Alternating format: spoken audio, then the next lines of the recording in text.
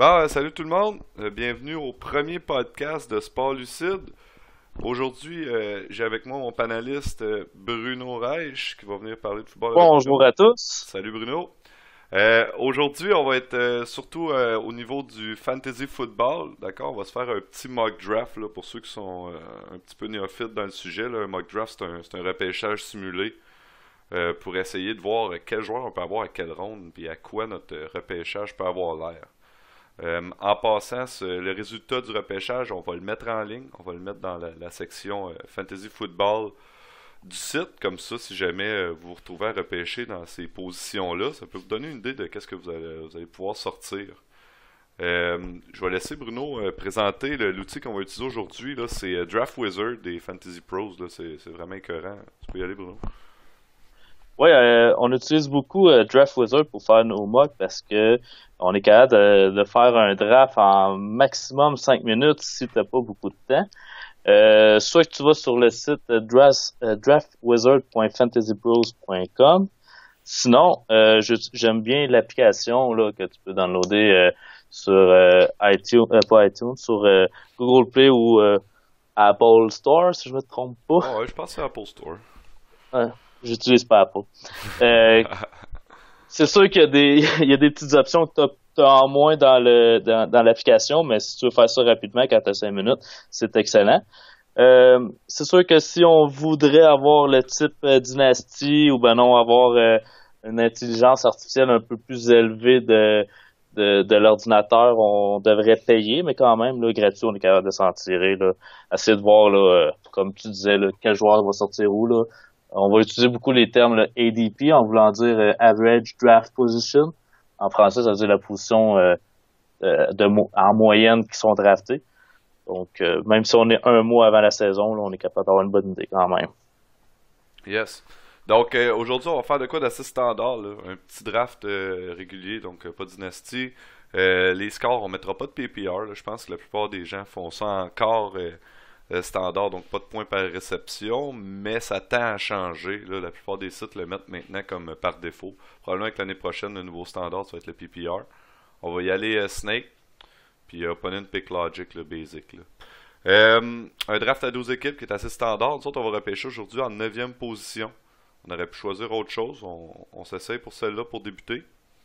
Puis, on a un roster assez standard. Donc, un corps arrière, deux porteurs, trois receveurs, un tight end, un flex. On met pas les défensives ni les batteurs parce qu'on on est tous d'accord. Là, en tout cas, dès que tu fais quelques poules de football, tu sais que le batteur et la défensive, c'est des positions que tu peux choisir aux agents libres à chaque semaine, là, au waiver wire. Puis tu vas t'en tirer assez bien, là, surtout pour les batteurs. Là, c'est vraiment, je dirais, une question de hasard presque. Puis pour ce qui est de la défensive, c'est bien plus une question de match-up. Donc, on veut pas que ça fausse les résultats puis qu'un des joueurs avec intelligence artificielle prenne une défensive trop tôt puis que ça laisse des joueurs disponibles. Donc, on va y aller comme ça. Perso- Oui. Personnellement, à toutes les années, je propose à la ligue de mes fantasy d'enlever les kickers et les défensives. Malheureusement, j'ai pas réussi encore à les faire enlever, mais je vais me réessayer cette année, c'est certain. Ah ouais, ça c'est clair. Donc, on va commencer le repêchage.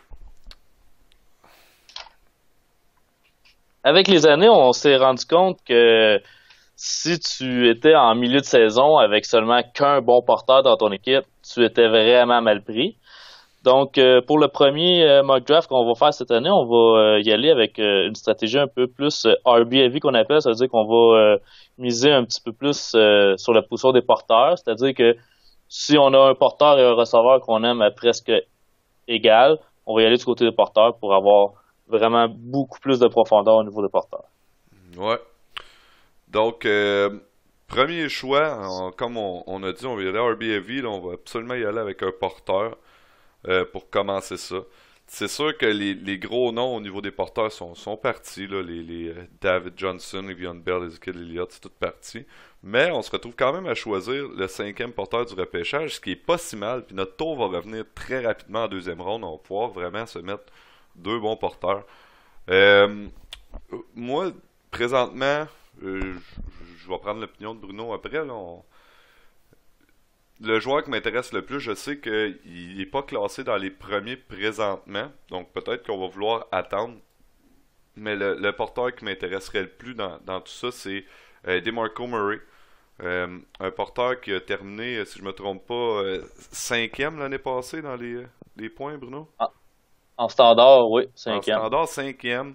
Je pense que les Titans ont une meilleure équipe que l'année passée. Donc, nécessairement, ils vont marquer plus de touchés. Puis, comme on sait, les verges, ça donne des points, mais jamais autant que les touchés.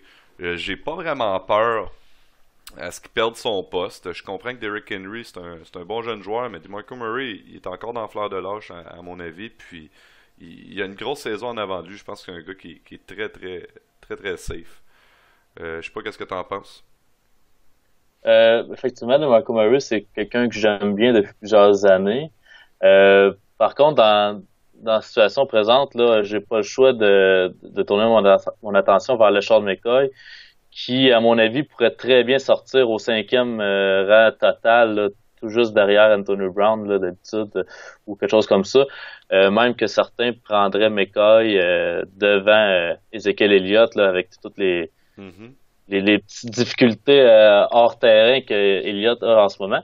Euh, le seul bémol là, avec McCoy, c'est le départ de Mike Gillislee qui, certains diraient, il volait la balle dans la red zone, mais à mon avis, ça l'aidait plus qu'autre chose parce que si vous aviez le Sean McCoy dans votre pool l'an passé, à toutes les 5 minutes, vous reteniez votre souffle parce qu'il se relevait pas. Mais Ah ouais. mais il a quand même terminé 15 matchs dans la saison, donc c'est pas si mal. Donc mon choix, là, sans trop d'hésitation, c'est le Sean McCoy. Ah, ok. On y va avec le Sean. J'ai hâte de voir ce qui va nous rester. Peut-être même que DeMarco va être encore disponible. Heureusement, DeMarco Murray est encore disponible, donc de ton côté, tu vas sûrement être content. J'aimerais quand même te parler de Jordan Howard que selon les experts est classé juste devant DeMarco Murray. Howard, tu vas peut-être me dire que son équipe, les Bears de Chicago, sont très ordinaires, qui vont faire beaucoup moins de points que les Titans, donc moins de points pour Jordan Howard aussi. Mais Howard, l'an dernier, même s'il n'a pas été le partant en début d'année, si je me trompe pas, il a commencé à être partant troisième ou quatrième semaine, a quand même terminé neuvième porteur avec sensiblement la même équipe.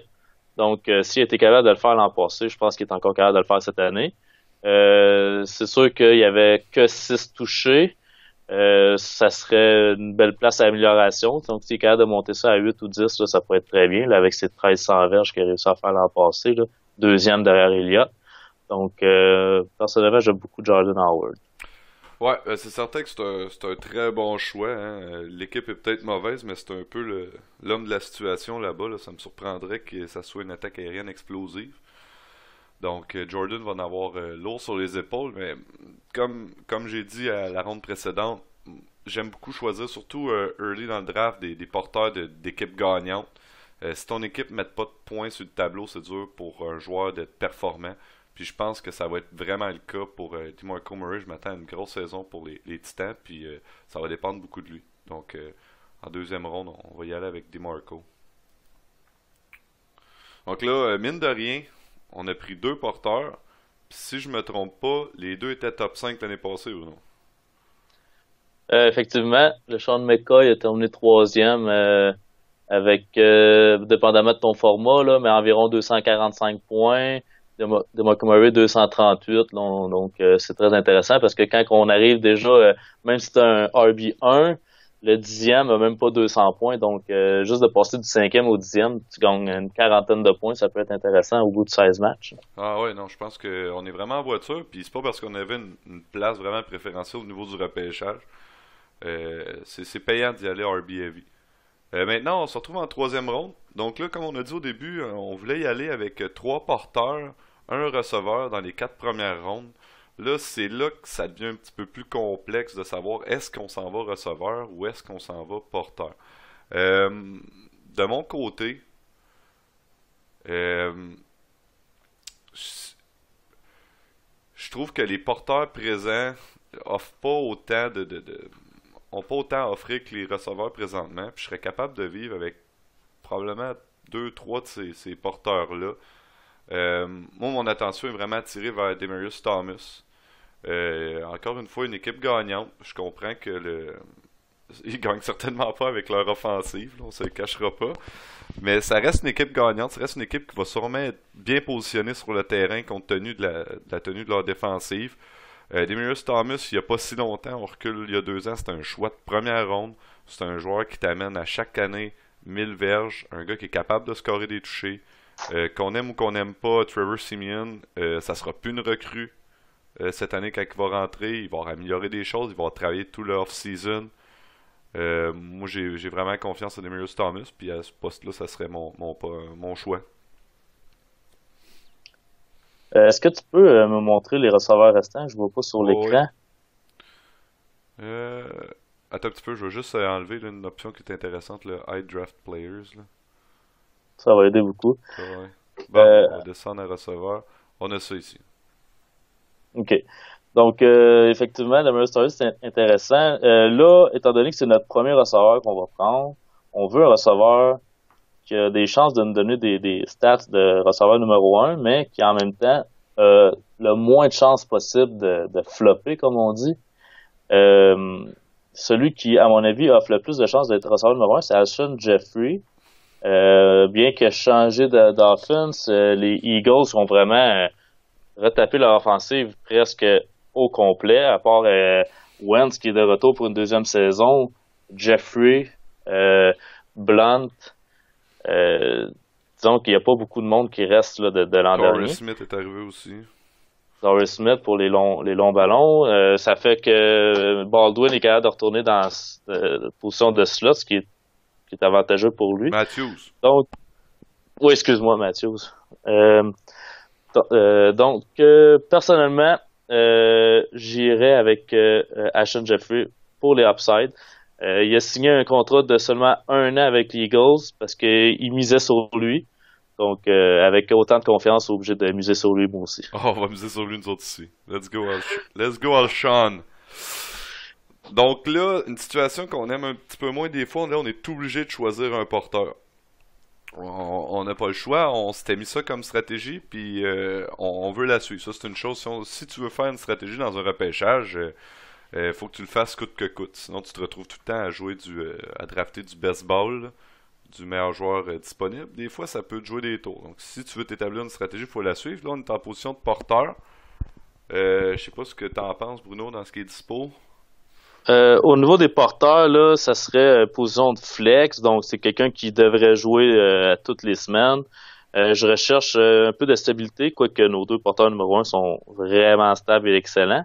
Celui qui me saute aux yeux, c'est CJ Anderson, bien que à toutes les années, c'est quelqu'un qui semble intéressant, mais qui finit par se blesser ou qui finit par pas atteindre les attentes qu'on lui offre. Mais on dirait que cette saison, il n'y a aucune attente envers CJ Anderson, ce qui fait qu'on serait capable de le prendre en quatrième ronde, alors qu'il y a 2 ans, il sortait 5 sixième overall, l'an passé, deuxième ronde. Donc, CJ Anderson, je l'aime beaucoup. Avant sa blessure l'an passé, c'était facilement un porteur numéro un. Donc, ça serait mon choix présentement. Ok. Moi, je vais mettre mon attention sur la recrue Joe Mixon. Je suis pas le genre de joueur qui prend des porteurs recrues ou des joueurs recrues tout simplement. Mais je peux pas passer à côté tous les bons mots que l'équipe de Cincinnati dit sur Joe Mixon. Je pense que l'année passée, ils ont eu une saison très décevante. Les Bengals, c'était supposé être une équipe qui aspirait aux grands honneurs. Ils n'ont même pas fait les playoffs. Puis je pense que le blâme a été porté beaucoup, beaucoup, beaucoup sur Jeremy Hill, qui était pas capable de faire du bon boulot. Puis ça aussi, le petit scatback qui est là, Giovanni Bernard, les deux ont un peu mangé le coup pour ces défaites-là. Puis je pense que Joe Mixon, s'ils sont allés le chercher, c'est qu'il est capable d'offrir ce que les deux autres offraient, mais en un seul porteur. Juste des bons mots, on se cherche un gars qui a des upsides, un flex. Encore une fois, une équipe qui va marquer des points Cincinnati. Euh, de mon côté, je comprendrais totalement que quelqu'un y aille avec C.J. Anderson, un gars qui a prouvé qu'il était capable d'être un RB1. Mais je pense que Joe Mixon a quelque chose de spécial puis qu'il peut terminer là, facilement top 10 porteur dans la ligue. Là. Donc moi j'irai avec Joe Mixon.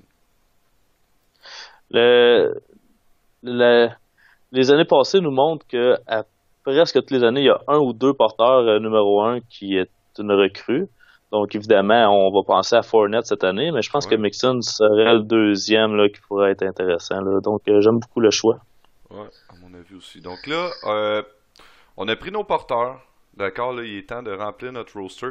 On va commencer avec des receveurs. On n'a pas le choix lorsqu'on y va heavy d'un côté de négliger quelques positions. Pour notre part, on décide de négliger la position de corps arrière puis de tight end. On va vous expliquer plus tard.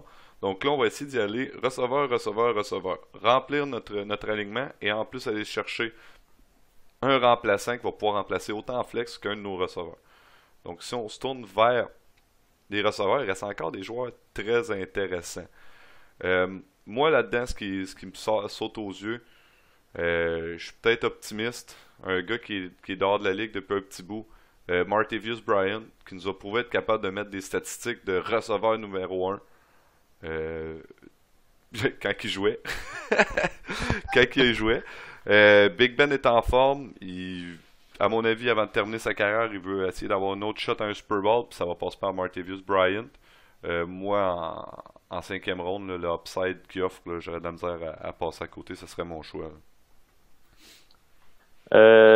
J'aurais aimé te contredire de quelque façon, mais vraiment, Martavis Bryant, c'est de loin le receveur que je voudrais en ce moment. Étant donné qu'on est en standard, c'est lui qui offre le plus de chances de toucher.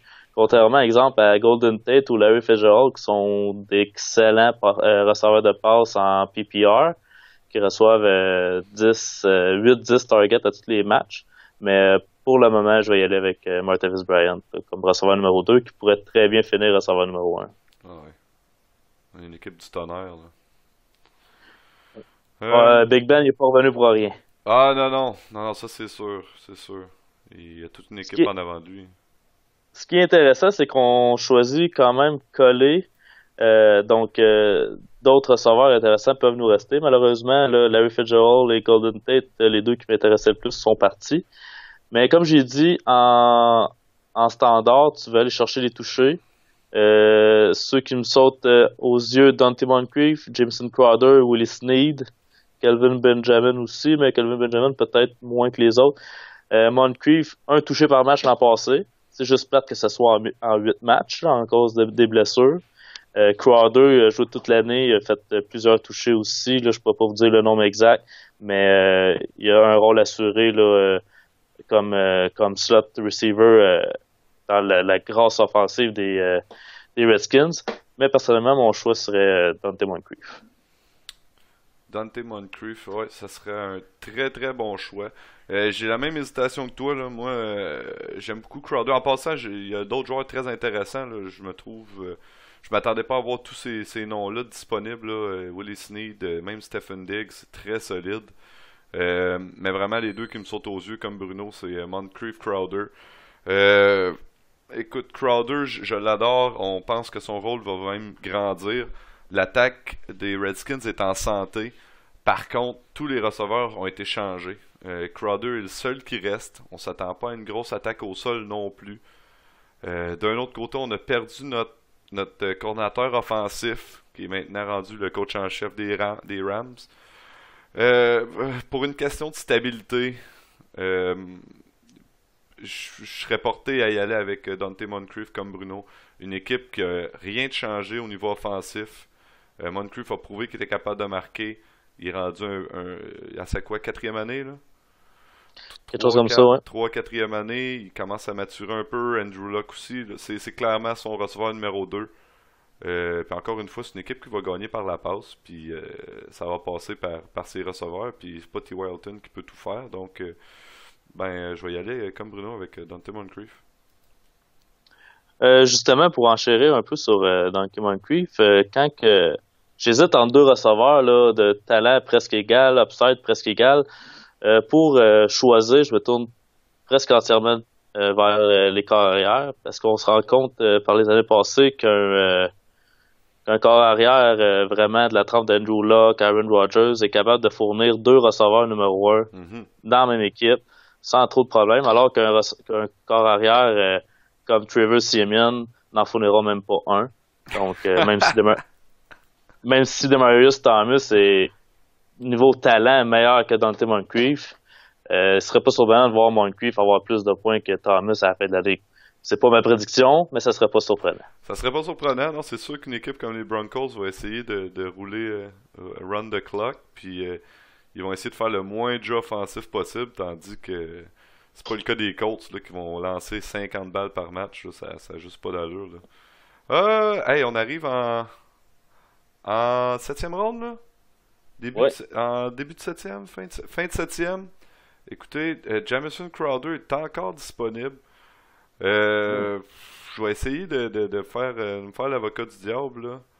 Euh, il y a deux autres joueurs intéressants, je pense, qui sont très sous-estimés, mais pas nécessairement. Je pense que Will Snead offre plus que ce que les gens croient, mais encore là, je pense que c'est un nom qui ressort de plus en plus, sachant que Brandon Cooks est parti. Ça serait pas surprenant de le voir partir tôt dans vos repêchages. Comme on l'a dit, Drew Brees, c'est un corps arrière qui est capable, comme Andrew Luck, de fournir deux receveurs partants, quasiment même deux wide receiver one. Le premier étant Michael Thomas, le deuxième étant Willie Snead. C'est un choix très intéressant. Puis un petit underdog un peu là, Cameron Meredith, c'est un peu obscur, il est arrivé un peu de nulle part l'année passée, il a fait des jeux incroyables. On connaît l'attaque de Chicago, là, c'est vraiment pas vers jeu, mais moi j'ai pas confiance en Kevin White. Puis je pense que Cameron Meredith va être le premier receveur l'année prochaine.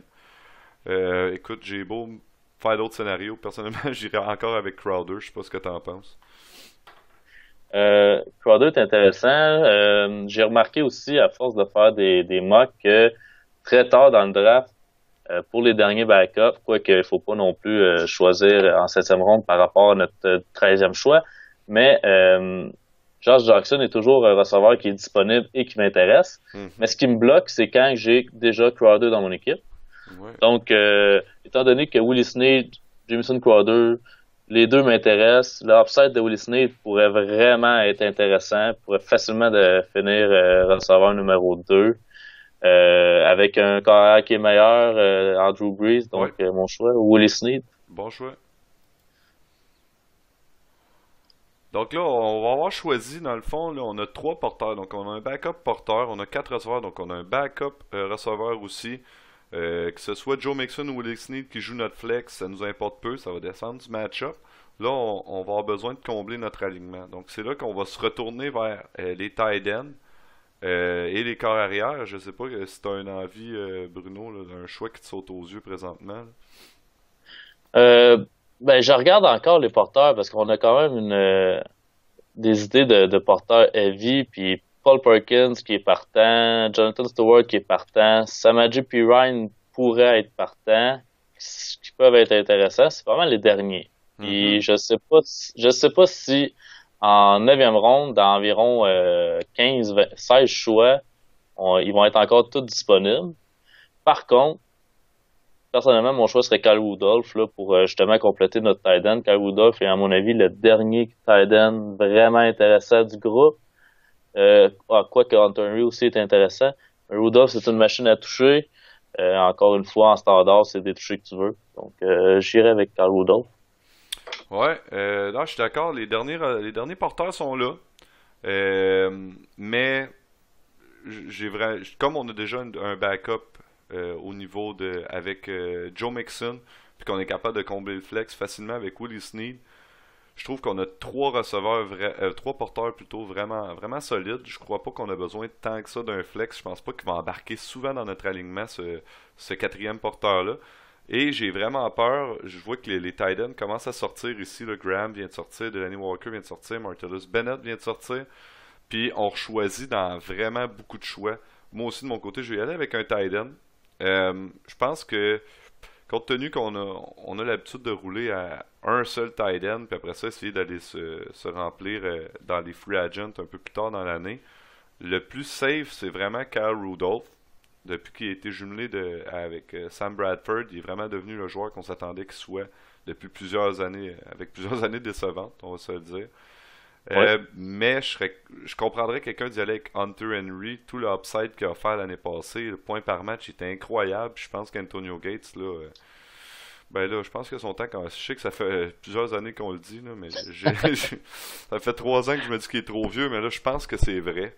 Peut-être pas parce qu'il est trop vieux, mais plutôt parce que Henry est tellement bon que nécessairement il va forcer l'équipe à prendre une décision business puis dire regarde, on peut garder Gates, mais faut mettre Henry sur le terrain. Mais je vais y aller avec toi, là. Je pense que le choix le plus safe, c'est vraiment Kyle Rudolph, puis c'est vraiment le target de Red Zone de Sam Bradford. Donc, Kyle Rudolph it is. Juste pour peut-être des petites statistiques de l'an dernier, quoi qu'il faut pas non plus baser nos choix entièrement sur les années passées, mais Hunter Henry l'an passé, 53 targets seulement, 36 réceptions. Ce qui le fait terminer comme tight end numéro 1, ça veut dire 11e tight end, c'est qu'il y a 8 touchés l'an dernier. Ouais. Tout juste devant lui, c'était Anthony Gates avec 53 réceptions, 7 touchés. Donc, tu sais, vraiment, les deux, là, c'était 50-50. Puis quand on regarde Kyle Rudolph, 83 réceptions en 132 targets. C'est le tight end qui a eu le plus souvent les yeux de son carrière vers lui, 132. Le deuxième, Greg Olsen à 129. Sinon, là, c'est plus loin, là, 117 pour Travis Kelce. Non. Donc, bon choix, je pense, de Kyle Ouais, Rudolph. Maintenant, on se retrouve en 9e ronde. On a notre tight end, on a notre alignement partant, on a un backup aussi. Comme on a dit, corps arrière, on va essayer d'attendre le plus longtemps possible. On va attendre de voir lorsqu'il y aura tous les corps arrière de prix, on va voir qu'est-ce qu'on va faire. Là, ce que je peux voir, je pense que les 11 corps arrière ont été pris. Il y a 11 corps arrière ouais, de prix dans le repêchage. Il reste juste nous à en prendre un, c'est ça je comprends? ouais. 11, ok. Euh, mais on est capable d'attendre parce que je m'attends pas à ce que les gens prennent leur deuxième corps arrière immédiatement. On a parlé de porteurs. Moi, il en reste un vraiment qui m'intéresserait, puis c'est Jonathan Stewart. Je comprends qu'on a ajouté à l'équipe Christian McCaffrey. Je pense qu'il va avoir un rôle un peu plus de scatback, de porteur-receveur. Je pense pas qu'il va aller enlever le rôle de red zone de Jonathan Stewart, le rôle de powerback. Je pense que la Caroline, c'est une équipe qui est capable de fournir plusieurs joueurs euh, performants au niveau fantasy. Moi, mon choix à ce moment-ci, ça serait vraiment Jonathan Stewart. Effectivement, un porteur partant, même si certains vont penser que McAfee sera le partant, un porteur partant, il en reste pas beaucoup. Le seul autre qui me saute aux yeux serait Terrence West, qui est partant assuré pour au moins 4 matchs avant le retour là, de la suspension de Kenneth Dixon. Encore là, c'est pas dit qu'il va perdre son rôle de partant. Terrence West a eu une solide saison l'an dernier. Mhm. Mais sans aucun doute, Jonathan Stewart pour moi aussi, là, qui termine toujours dans le range de porteur numéro 2. Puis ça va être notre porteur numéro 4. Donc, vraiment, vraiment intéressant comme quatrième porteur. Ça va vraiment être notre bouée de sauvetage, là. Si jamais. Ce serait pas surprenant que Stewart soit notre flex en début d'année, avant que Mixon prenne Oui. vraiment son aise dans l'offensive des Bengals. Puis pour le contraire de McCaffrey, qui est aussi une recrue, avant qu'il prenne son aise, on va profiter de Stewart. Puis après peut-être 5 semaines, ça serait peut-être une belle option de faire jouer Mixon et d'échanger Stewart. Ouais. Ah ouais, bon choix. Ça serait pas bête. Mais Ouais. maintenant, notre choix est revenu rapidement. On a encore beaucoup de choix. Les corps arrière ont pas bougé. On peut voir que c'est vraiment, vraiment, vraiment beaucoup de porteurs qui sont sortis dernièrement. Ouais. Avec 1, 2, 3, 4, 5, 6, 7, 8, 9 porteurs en 12 choix. Donc là, les choix ils commencent à être un peu plus minces. Mais justement, étant donné qu'on a une stratégie d'RBAV, le dernier qui m'intéresse, comme je viens de dire, Terrence West. Donc, mon choix serait Terrence West présentement. Qui serait très défendable. Je pense que c'est un bon joueur là, pour tout le monde là, qui va faire un pool cette année. C'est pas tout le monde qui sait que Terrence West va être le partant pour les 4 premiers matchs parce que c'est qui est suspendu? C'est Dixon? Kenneth Dixon, en 4 Kenneth matchs. Dixon est suspendu. Puis c'est pas dit que West, comme on a dit, restera pas premier ou même ne sharera pas là, le load avec lui. Terrence, c'est très intéressant. Puis aussi très intéressant de l'échanger après les 4 premières semaines, aller chercher du value parce que tu sais que son rôle va probablement, même s'il garde son poste de numéro 1, son rôle va prendre un peu de recul. On se le cachera pas. C'est très tentant d'y aller au niveau des corps arrière. Parce que là, il y a vraiment encore des bons noms. On a peur qu'ils partent. Receveurs, il y en a aussi. Il y en a encore beaucoup. Euh, je- Écoutez, ça m'écoeure un peu de dire ça, mais je suis vraiment d'accord avec Bruno. Terrence West, c'est pas un gars que je trippe, mais je pense en situation qu'on est là, c'est le plus grand value qu'on peut avoir. L'autre joueur qui pourrait peut-être me dire de quoi, c'est Latavius Murray, mais présentement, tout ce que j'entends, moi, à la base, je pensais que ça allait être lui, qu'il allait avoir une belle saison. Après ça, ils ont repêché Dalvin Cook. Là, je me suis dit, OK, ben, je pense encore que ça va être Latavius Murray le partant. Finalement, tous les OTAs, tout le genre de pre-season qu'on a eu au printemps, là, le camp de printemps plutôt, il a été blessé. Là, Dalvin Cook a pris toutes les carries, il a impressionné tout le monde avec son agilité. On sentait que c'était un gars. Il était supposé sortir en première ronde, un des meilleurs porteurs qui est sorti dans les dernières années. Je vois mal comment Latavius Murray va pouvoir revenir de ça puis reprendre son poste, en plus que une ligne offensive douteuse. Euh, je vais y aller avec Terrence West. Avec, J'adore ce choix. Terrence West, pour terminer, là, les 4 premiers matchs que Kenneth Dixon est suspendu, euh, peut-être que certains ils veulent vraiment pas regarder ça, mais la difficulté de leur cédule pour les 4 premiers matchs, les Ravens pour les porteurs, au niveau des porteurs, sont la 6e équipe qui ont la cédule la plus facile pour les porteurs si on compare les défensives selon leurs statistiques de l'an dernier. C'est sûr que les défensives peuvent avoir bougé, mais quand même, c'est une bonne indication qu'ils ont un début de saison qui peut être favorable pour Terrence West. ouais, ouais, très bon choix. Il y avait un autre gars aussi on a oublié de parler un peu. Là. Je pense que Carrie Mont à Kansas City a peut-être ses chances là, d'ici la fin de l'année d'être un partant. Mais je pense que pour Oui. commencer l'année, c'est très long shot. Moi, je pense qu'on va pouvoir aller le chercher aux agents libres un peu plus tard dans la saison. Là. À moins que Quelqu'un, son propriétaire soit vraiment patient. ouais, un propriétaire patient peut-être va le garder, mais ça serait pas surprenant qu'il le laisse tomber après 2-3 matchs pour avoir justement comblé une blessure au poste de receveur ou corps arrière, peu importe. Bon, on se retrouve maintenant là, vers la fin du repêchage. Il nous reste 4 rondes sur 14. Euh, Comme on a dit tantôt, la plupart des gens vont repêcher leur carrière et ensuite de ça vont aller chercher un backup à receveur et à porteur avant d'aller pour leur corps arrière. Présentement, théoriquement, tout le monde aurait été chercher ces joueurs-là. J'ai vraiment l'impression qu'on va revenir vers des corps arrière Oui. pour la prochaine ronde. Les backups vont sortir. Puis on se trouve en situation là, vraiment là, impressionnante. C'est sûr que ça veut pas dire que ça va être ces gars-là qui vont être encore libres dans votre repêchage à vous, mais ça serait pas surprenant de voir des noms semblables à ça être encore disponibles rendus à cette ronde-là. Que ce soit, puis sincèrement, que ce soit Mariota, Roethlisberger, Rivers ou Stafford, t'as un partant très legit qui est capable à mon avis, de carry ton équipe, d'être bien bon. Moi, mon attention est vraiment portée vers Big Ben. Je pense que il a manqué vraiment de weapon l'année passée avec la blessure de Martavius Bryant. Je pense qu'Antonio Brown était vraiment laissé à lui-même. Même leur porteur Le'Veon Bell va attraper des balles, va marquer des touchés par la passe. On rajoute Martavius Bryant. On a repêché en deuxième ronde Juju Smith-Schuster. On a encore. J'ai dit Martavius Bryant, mais en tout cas, Antonio Brown, c'est le meilleur receveur de la ligue. Moi, je vois pas comment Roethlisberger n'aura pas une grosse saison cette année. Je pense que c'est un sure pick, une sure shot rendu à cette place-là dans le repêchage. C'est rare, moi, ça serait mon choix. Au niveau des corps arrière, Big Ben est intéressant, même si on sait tous que quand il joue à l'extérieur, c'est plus laborieux, mais que tout de même, Marcus Mariota, avec l'offensive, on a parlé tantôt, 3 nouveaux receveurs, ben non pas 3, là, Richard Matthews était déjà là, mais Corey Davis, très très tôt au repêchage. Euh, Philip Rivers a toujours des bonnes saisons. Ouais. Matthew Stafford, personnellement, ça serait mon choix. L'an passé, il a terminé carrière numéro 1, même s'il avait un doigt fracturé en fin d'année.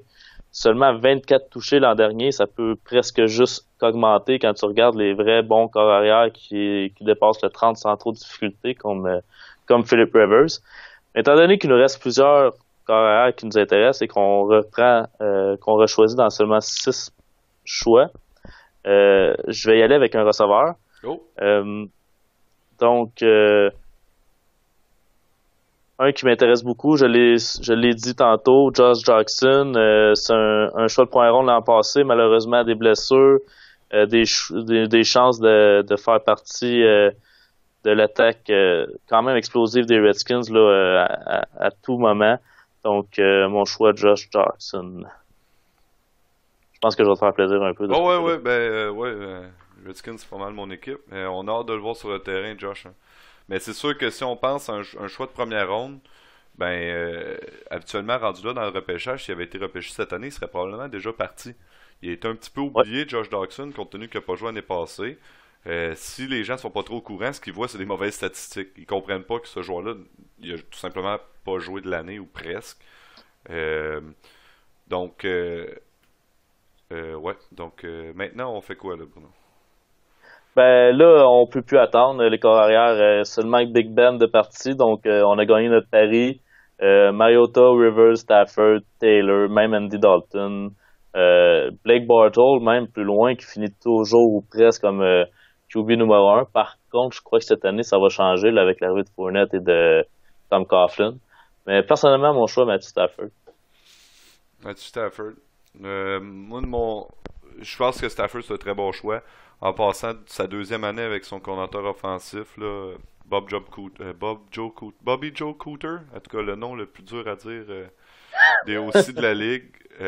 John Bob Cooter, un nom spécial. Bref, vraiment un génie là, qui a fait rouler l'offensive des Saints pendant tellement d'années. Là, il s'est joint à Détroit qui a vraiment, je veux dire, ils ont eu une grosse saison par la passe sans Calvin Johnson. On s'attendait vraiment pas à voir ça. Puis une deuxième année, ça peut juste être bon avec lui. Mais je suis un très grand fan de Philip Rivers. D'accord, je pense que l'année passée, il y a eu des statistiques qui le mettaient vraiment haut dans les rankings. Je me souviens pas exactement, mais je pense que ça a été clairement un top 10. Sixième. Sixième, donc vraiment solide, là, parce qu'on pense vraiment que le top 5 est vraiment, vraiment, vraiment hors de une classe à part. Puis là, on parle du sixième, Philip Rivers, puis ça sans Keenan Allen. Il y a vraiment des armes incroyables. On a Keenan Allen, on a le choix de première ronde, Mike Williams, Hunter Henry, Antonio Gates aussi, donc deux gros tight ends. À mon avis, on va rouler beaucoup de deux tight ends, deux receveurs. Melvin Gordon, qui est un receveur qui attrape le ballon beaucoup aussi. Moi, je m'attends à une très grosse saison de Philip Rivers. Puis à ce place-là, ça serait mon choix. Je sais pas si les gens pensent qu'on snob Mariota, là, mais même le fait qu'il soit bon, présentement, je pense que Rivers offre plus que Mariota, qui va encore être dans une attaque vraiment l'idée par la course. Donc, mon choix est Philip Rivers. Je trouve que Mariota septième, c'est vraiment haut. Je l'aime beaucoup, mais l'an passé a eu une séquence de 8-9 matchs vraiment, vraiment intéressante. Puis il a même pas fini l'année comme QB numéro un. Donc je pense pas que Mariota mérite d'être un QB dans le top 10, mais bon. Je suis vraiment d'accord avec Philip Rivers. Ouais. Ben, je pense que, à mon avis, Mariota va être overdraft. Son statut, les gens l'aiment, il y a un style de jeu vraiment, vraiment le fun à voir. Mais je pense qu'il va être overdraft. Je pense que le monde va le prendre vraiment trop tôt. Puis, c'est pas que c'est un mauvais joueur. Mais, donc, maintenant, on se retrouve il nous reste deux choix à faire. Euh, on va vraiment y aller avec des long shots. On va essayer de frapper un coup de circuit. Puis même si ce joueur-là ne devient pas intéressant, puis il devient pas aussi bon qu'on voudrait, ben il va nous servir d'un peu de monnaie d'échange pour les agents libres, là. On se sentira pas mal de le dropper. Euh, Au niveau des porteurs, je trouve qu'il y a vraiment plus grand-chose d'intéressant, là. Je pense pas aller piger là-dedans, pas du tout. Euh, Par contre, on peut aller voir ce qu'on a au niveau des receveurs. Euh, on voit que c'est la fin du repêchage, hein. Il y a pas mal moins de choses d'intéressant. Un nom, Kevin White. On parle de frapper un coup de circuit. C'est un gars qu'on attend depuis maintenant, quoi, 3 ans. Il a été drafté. On parlait de lui comme peut-être étant meilleur qu'Amari Cooper. Les gens qui disaient ça, on les entend plus bien, hein, on va se le dire, Bruno.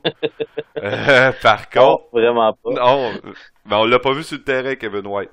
Donc, si à un certain point, on a pu dire que ce gars-là était de calibre d'Amari Cooper, je me dis que si jamais il réussit à produire que ce soit même 75% de ce que Cooper produit, ben, on va être en voiture. Je pense que mon choix, ce serait Kevin White à ce moment-là.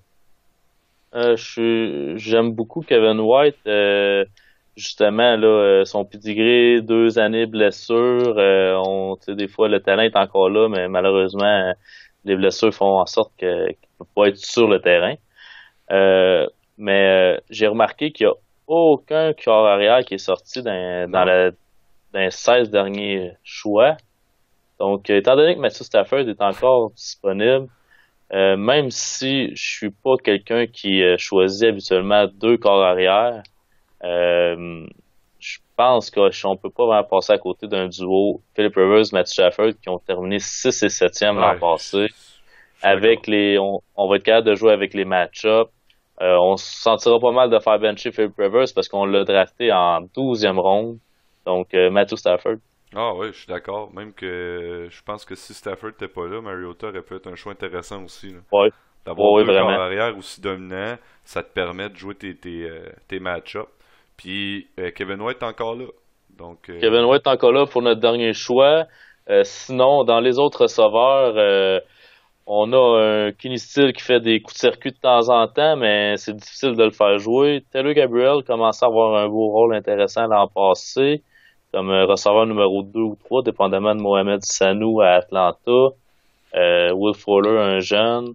Robbie Anderson était supposé être le receveur numéro 2, commence à se faire dire qu'il va peut-être se faire tasser. Bref, au niveau de receveur, mon choix présentement serait Kevin White, comme on vient de parler. oh ouais, ben moi je maintiens. Kevin White, en plus, comme on a dit, on veut être actif sur les agents libres. Je pense que Kevin White, on va le savoir assez tôt dans la saison s'il vaut la peine d'être conservé ou si on le drop. Puis, écoute, il peut peut-être nous surprendre même, puis produire des bons chiffres, là. Moi, je pense que dans le meilleur des mondes, il pourrait peut-être produire un genre de un wide receiver, un bon wide receiver 3 ou un mauvais wide receiver 2 là. Je pense qu'il peut se trouver là. Son potentiel est là cette année. Pas pour une question de talent, là. Je pense juste que c'est une question d'offensive, là. Je pense pas que Chicago, à part Jordan Howard, va produire un joueur qui mérite d'être starté, là. À part Non. peut-être Meredith, mais même à là, Meredith comme peut-être receiver 3 ou flex, mais pas mieux que ça non plus. Je vois vraiment pas comment ça peut aller bien à Chicago. Donc, dans le meilleur des mondes, un bon wide receiver 3 s'il joue à son plein potentiel. Mais on va le savoir rapidement. Si c'est pas le cas, ben on va le dropper et on va aller chercher un autre joueur, tu sais. C'est Donc, ce qu'on veut parce que après une semaine, peut-être 2 semaines, il va y avoir tout plein de personnes dans les waivers qu'on va vouloir. Ça va nous prendre quelqu'un à dropper. Donc, Kevin White, Josh Doxson, c'est 2 personnes qu'on va savoir assez rapidement si ça va bien ou non. ouais. Donc, c'est ce qui complète notre repêchage. J'espère que vous avez apprécié. On va mettre les résultats en ligne. Sur la section, là, il y a une section archive des mock drafts. Vous allez pouvoir tous les retrouver là. On va vous dire la stratégie ainsi que la position qu'on avait pour sélectionner. Ça va pouvoir vous donner une petite idée, peut-être préparer vos stratégies rapidement ou même la regarder pendant un repêchage si jamais vous ne savez pas où vous en allez. Donc, j'aimerais remercier Bruno d'avoir été avec nous autres aujourd'hui. Puis, Ça fait grandement plaisir. Je vais être de retour assurément. Pour terminer, un petit dernier point, là, on voit là, à l'écran que notre draft grade est B+. Ça me déçoit un peu parce que habituellement, quand on a une bonne note, c'est parce que notre draft il est plutôt ordinaire. Parce que eux, ils se disent que si tu prends tout le temps le premier en haut de la liste, c'est là que tu vas avoir ton A+. On s'entend que c'est pas super le fun d'être sur Autopic. Donc, non, B+, je suis quand même content. parfait. Donc, on wrap ça. Bonne journée à tous. Puis, on se revoit pour un prochain mock draft dans un avenir rapproché. Salut tout le monde. Merci beaucoup tout le monde.